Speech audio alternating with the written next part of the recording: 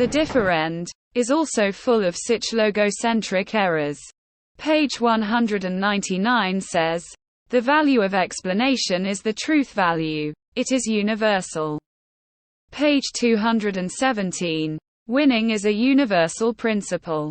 Page 277. The sublime feeling is universal like a well-formed and validated cognitive sentence. The universality of well-formed and validated cognitive sentences shows in particular how much Lyotard is still attached to modern thinking. Despite his demand that particulars must not be universalized because, strictly speaking, there are only particulars, the differend speaks a different language. Axel Hahne's assumption that the universalistic ideas of modernity are not as easy to say goodbye to as Lyotard believes is not so far-fetched.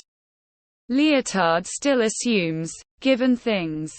But actually there is neither a particular nor any other given abstraction. Particular is a judgment that follows the distinction of an individual. Where this distinction, i.e. a judgment, does not take place, nothing is particular. For Lyotard there is still a state of itselfness that is essentially subject-independent.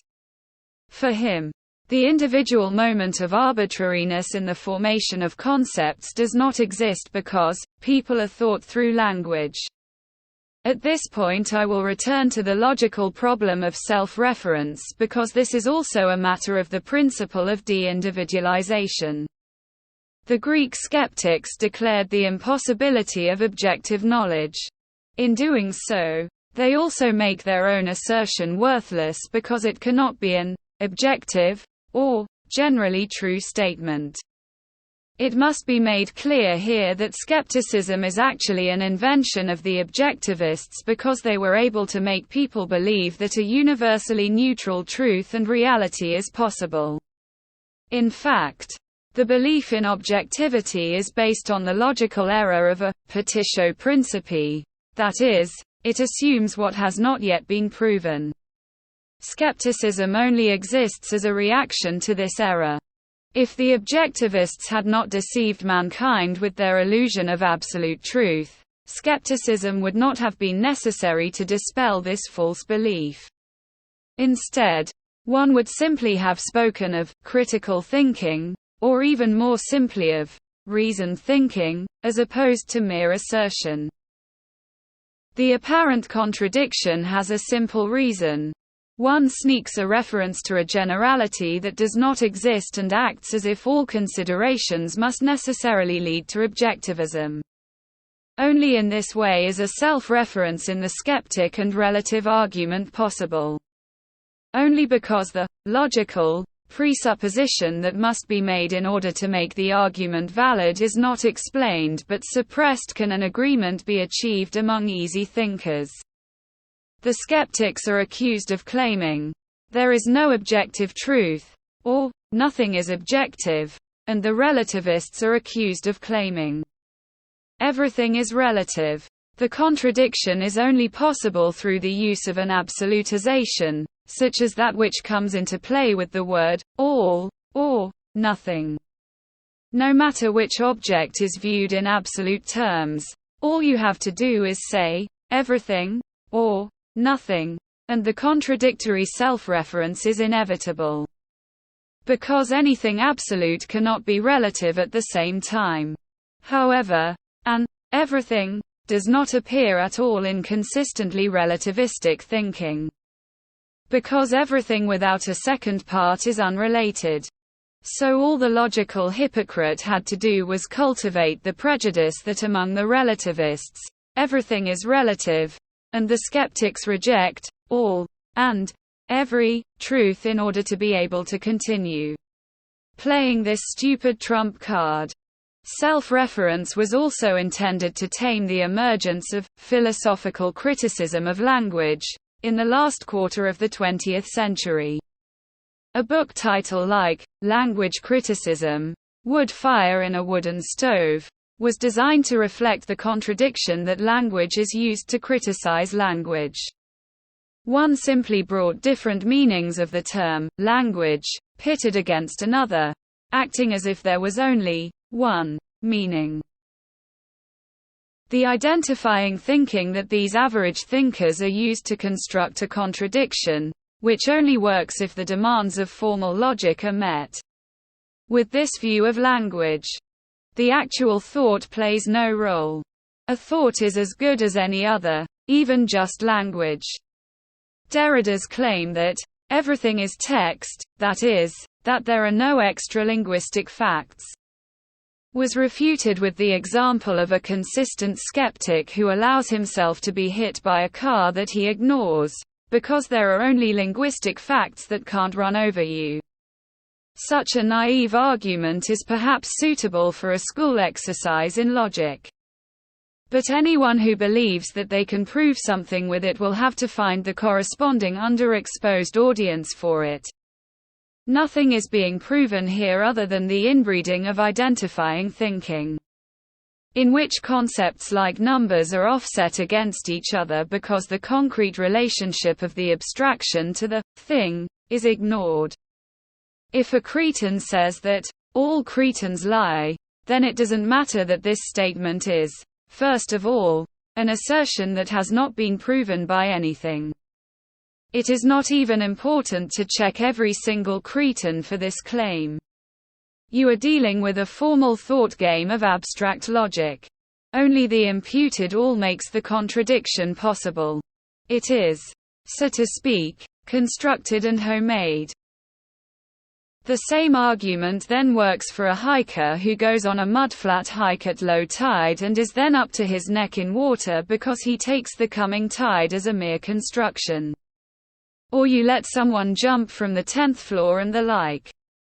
Each time, the relativist, skeptic demands a consequence in relation to an assumed absoluteness, whereby the living individual, with its special consciousness, i.e. the concrete human being with his individual consciousness and his ability to think, remains ignored. However, a serious skeptic can very well distinguish whether it is about a matter in itself, or about something that is important to me. On the other hand, anyone who decides to be involved in the itself game of the apostles of objectivity cannot win, and that is perhaps also the reason why Lyotard sometimes refuses to discuss with deluded logicians, who do not even notice their universalistic thinking and then complain that they are denied an argumentation. As a skeptic, I can certainly acknowledge a highly probable regularity, and even the odd causal link, if it promises practical success. But there is no compelling need to generalize beyond a single situation. That's why I don't let myself be run over by a car or get flooded by the flood. Because it's plausible, to me, that this won't do me any good. An insurance fraudster might think differently if he selflessly wants to financially support his descendants. There is no general rule when living individuals are involved. An event must first be de-individualized so that the generality can have its say. Unfortunately, Max Horkheimer is also one of those people whose logic is based on false assumptions. Horkheimer claims that the truth also applies to those who contradict it, ignore it, or declare it irrelevant. In Habermas one finds a choice of words that Kant already used in the preface to the Critique of Practical Reason. Anyone who believes that they can liquidate reason through arguments of reason is contradicting themselves. According to Habermas, this is the dilemma of the criticism of rationality from Nietzsche to Foucault, that it is itself sitting on the branch that it wants to soar off. Such sayings require skeptics, relativists, and anyone who questions logical universality to admit their error or be expelled from the community of rational people. So Lyotard is not so wrong when he says something like such ignorance is referred to as terror, with which narrow-minded rationalists worldwide want to assert their claim to exclusive representation in matters of reason. Derrida is accused of not being able to make his meaning skepticism understandable, if it were not possible to argue in a generally valid way. Again we find a reference to a fictitious generality. However, whether anyone truly understands anyone else and what understanding means in an absolute sense is not discussed. It is rather unlikely that anyone will really understand Derrida as a whole, or a few coherent sentences of his. Because Derrida may not even assume this and is not even interested in being understood. Perhaps Derrida believes he doesn't even understand himself. Apart from that, simply guessing what Derrida might have meant is enough anyway to provide inspiration for your own thinking. But such a pragmatic approach is illogical from an itself point of view. For the logomaniacs, any argument that does not claim to be universal is irrelevant. Criticism of this generality is not accepted for the bad reason of order for the sake of order. The fact that universality is nothing but a convention, an agreement, is not allowed. What happens is what Hegel accused Kant of. He wants to learn to swim without water because he always presupposes the possibility of knowledge and then just looks for the appropriate conditions. Entire libraries have been filled with all sorts of arguments and refutations simply because something impossible has been assumed as a prerequisite. As a matter of course and according to the motto, if it cannot be, it must not be. Out of a stupid self-assurance, skeptics, relativists and postmodernists are denied the right to criticize.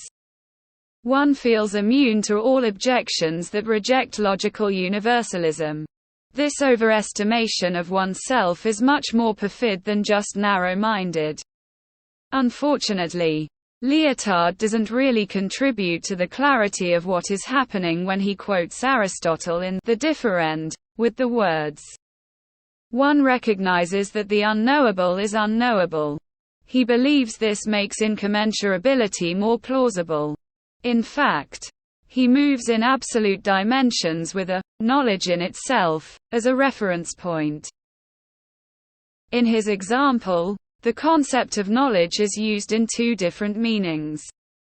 First as an unknowable that is unknowable because otherwise it would not be unknowable, and then a knowable is recognized because it is a knowable.